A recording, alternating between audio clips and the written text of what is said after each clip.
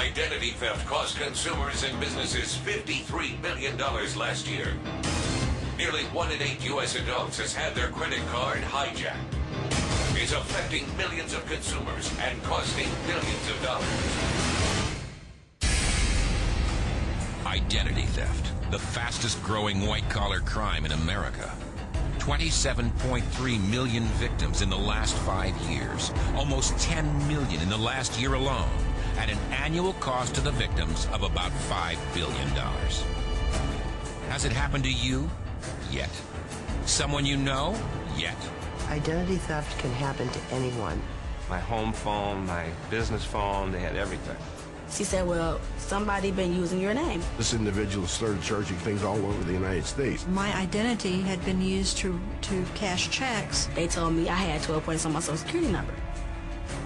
And I'm like, that's not true. So they say your birthday is 4/20/63. I'm saying, do I look 40?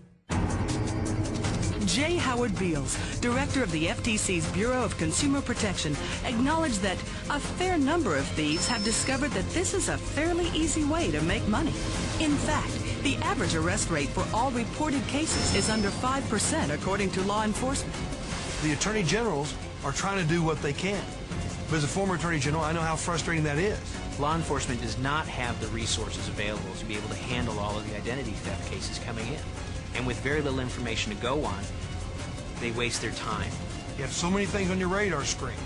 The identity theft involving one person, that's hard to become the #1 priority of a law enforcement agency. Let's face it, criminals have the advantage when it comes to identity theft. It's easy to steal your personal information, but it seems it's just as easy to get away with using it. And they can get away with it over and over again. I hear now that once you become a victim, you're more likely to be a victim again.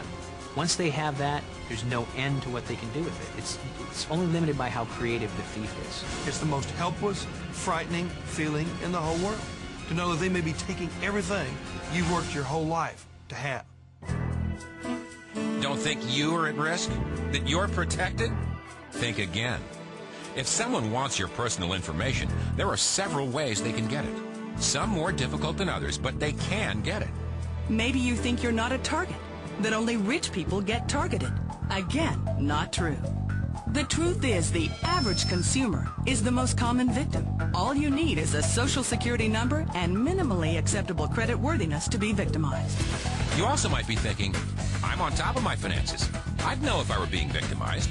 Well, that only helps part of the identity theft problem. The bigger problem is when someone uses your personal information to establish new credit in your name.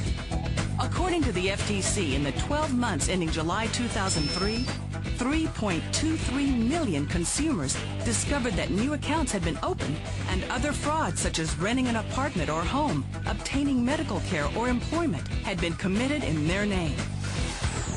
Somebody had gotten all my information and started a dummy website committing fraud and really destroying my good name.